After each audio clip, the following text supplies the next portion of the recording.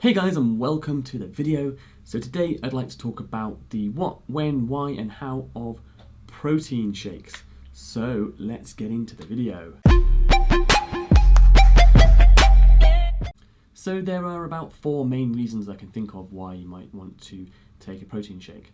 So number 1 is just time and simplicity. So you just might not have much time for a certain meal. So it might be your breakfast, it might be your lunch, it might be your dinner, or it might even be a snack. So just because you don't have the time, you want to make it simple, so just throw everything into a shake and just have it for your meal. It just simplifies things. Quite often in the morning when you don't have the time to make breakfast, just blending a load of stuff together can just take out that time and just make it a lot simpler. And also you can have it on the move as well. The next reason might be because you are missing something in your diet, so you want to supplement it, and a shake can really help with that. If you've not managed to implement whatever it is into one of your meals already, you can use a shake to quickly and easily basically consume what you are missing. So it might be protein, it might be a vitamin or a mineral, something like that, a bit more fibre. And like I said, just using a shake takes out the difficulty of thinking about it. You can just throw it in and just consume it whenever you want in your day. So the next one is diet related. So as you know, to lose weight, you need to reduce your calories. So you need to be consuming fewer calories than your body needs. And a really easy way to do that is just to take one of your meals out of your day and replace that with a shake. So the shake obviously has to have fewer calories than your meal, but it just makes it simple and easy to take, say, whatever 600 calories in your meal and have a 300 calorie shake instead, and then you're saving 300 calories.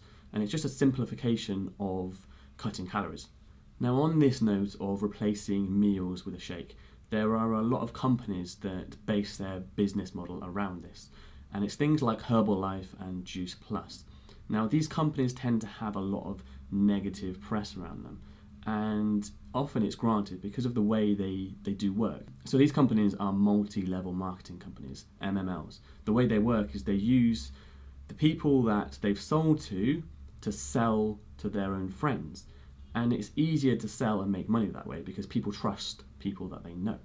Now, they always say that these shakes have a magical thing that make you lose weight. It's nothing to do with magic, it's just the fact that they're reducing your calories. Now, the problem with this for dieting is that it doesn't tend to work long term, because what you're doing is taking a shake, which you haven't made because it's their formula, to replace one of your meals. So you haven't really learned anything about eating, about how to design a meal, how to eat properly. And also, they charge quite a lot of money for their shakes, and you're kind of tied in, and as soon as you stop consuming them, you put the weight back on because, like I said, you've not learned anything about how to design a proper meal. So you're tied into their system and continually have to pay to get your result. And it's kind of a negative thing because you're stuck to their system then, you're stuck to their company, and you feel bad not doing it because you put the weight back on, but then again you're paying quite a lot of money for their special shakes. And the final reason is that you might want some food that's quickly digesting before going to the gym or doing an activity where you don't want your stomach to be upset or full. So having a shake, because it's like blended, is often quicker to digest by your body.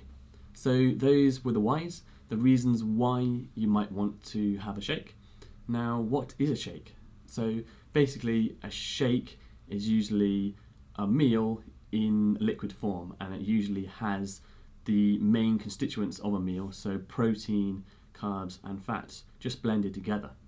So you'll usually have a protein source, some fruit or vegetables, and possibly some extra carbs and fats in there, depending on how many calories you want the shake to be.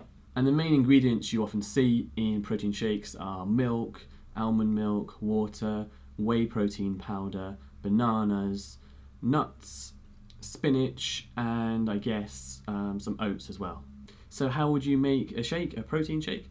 So the quickest and easiest and simplest and cheapest and lowest calorie protein shake that I can think of would be with some milk, so skimmed milk. Take 300 milliliters of skimmed milk, blend it with a banana, and then you have a protein shake. So that would have 200 calories and about 12 grams of protein. So obviously that's skim milk, and probably better if you were trying to reduce your calories. But if you did want to go for full fat milk, that would just make the same protein shake an extra 100 calories. So 300 calories with 12 grams of protein. So quite a good shake there. Now obviously most shakes are referred to as protein shakes because they help you get extra protein into your diet. So if we wanted to increase the amount of protein in that last shake I made, we could just add some whey protein powder. So this is basically really high concentrated milk powder with the carbs and fats taken out, so it's just the protein. So adding that to the shake, you add a lot more protein for the fewest amount of calories. So that's why a lot of people buy protein powders, because they're low in calories but very, very high in protein. It makes it easier to get a lot more protein in without adding a lot more calories. So that would be my go-to protein shake if you wanted to replace one of your meals with a protein shake. So if you took 300 millilitres of skimmed milk, put a banana in there, and then around 20 grams of protein powder, that would give you a shake which had 277 calories and 29 grams of protein. So if you replace, say, like a 500 or 600 calorie meal with that, you're obviously cutting out a lot of calories. And the benefit of this over using a multi-level marketing company like Herbalife is you learn how to make the shake. It's a lot cheaper. You can decide what you pay for it, because there's different companies that sell different protein powders at different prices.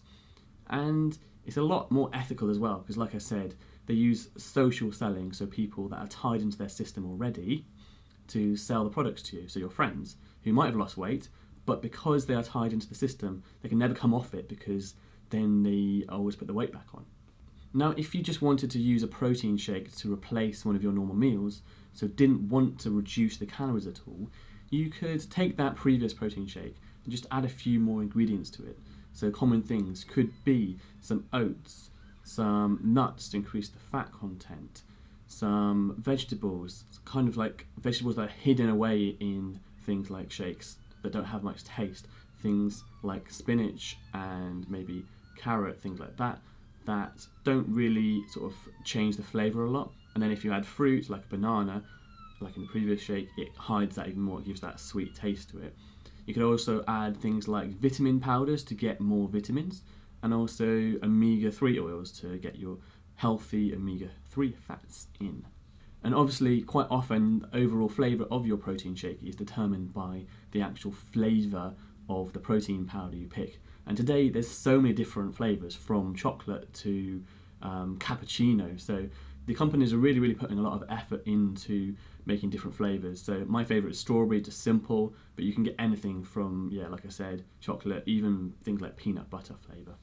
Right, in terms of supplementing things that you're not getting in your diet, I've talked before about an app called Chronometer.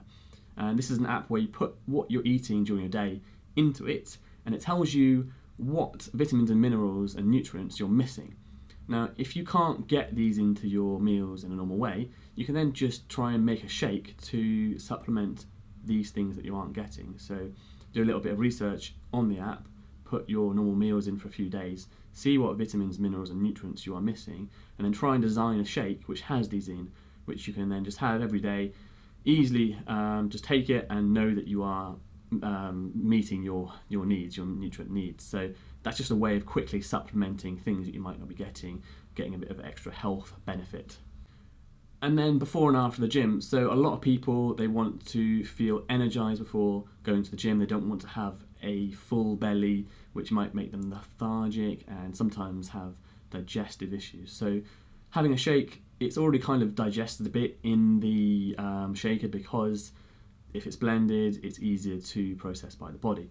So it's a good option to have like an hour before the gym. And what I usually say is just have a protein and carb source. So like my first example, just some milk and a banana would be a really good option. And that could be before and after, or just before, or even during if you wanted to, if you didn't feel like it was weighing you down.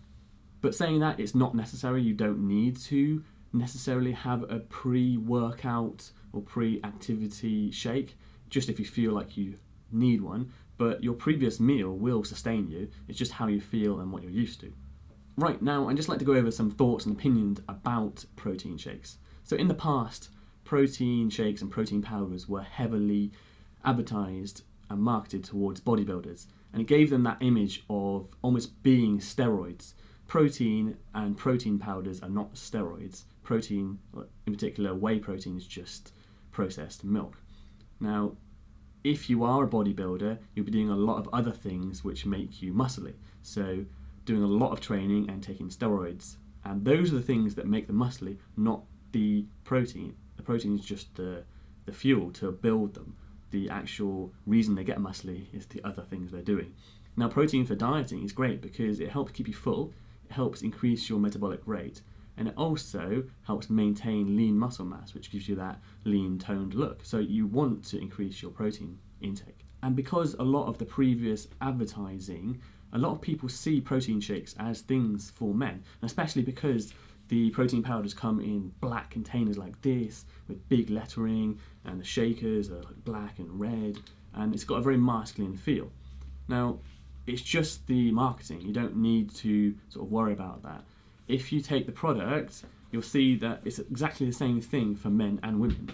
Just the newer stuff now that's coming out for women, which is in white or pink containers, costs more because they just do that sometimes. Like pink power drills cost more than normal whatever blue and black power drills, just because it's marketed towards women, and it's a special niche. So don't be taken advantage by things like that. You can buy normal protein powders, and you don't have to have it in a shaker either. You can have it in a glass, just like a normal drink, and just feel like you're having a meal. It doesn't have to be, I'm having a special shake or a supplement. You're having your meal, it's just in liquid form.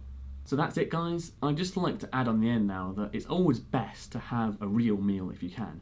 Protein shakes are always there as a secondary option. And there is some evidence, especially when dieting, that if you have blended the ingredients, they're more easily absorbed, so you absorb more calories from them. So that could be a negative thing, not really to worry about too much, but when you are trying to lose weight. Sometimes if you're eating a whole foods meal, more of the calories pass through you without being digested. So it's just something to think about if you can eat more solid food. So I hope you enjoyed the video. I hope that helped. Like, share and comment as always, and I'll see you in the next one.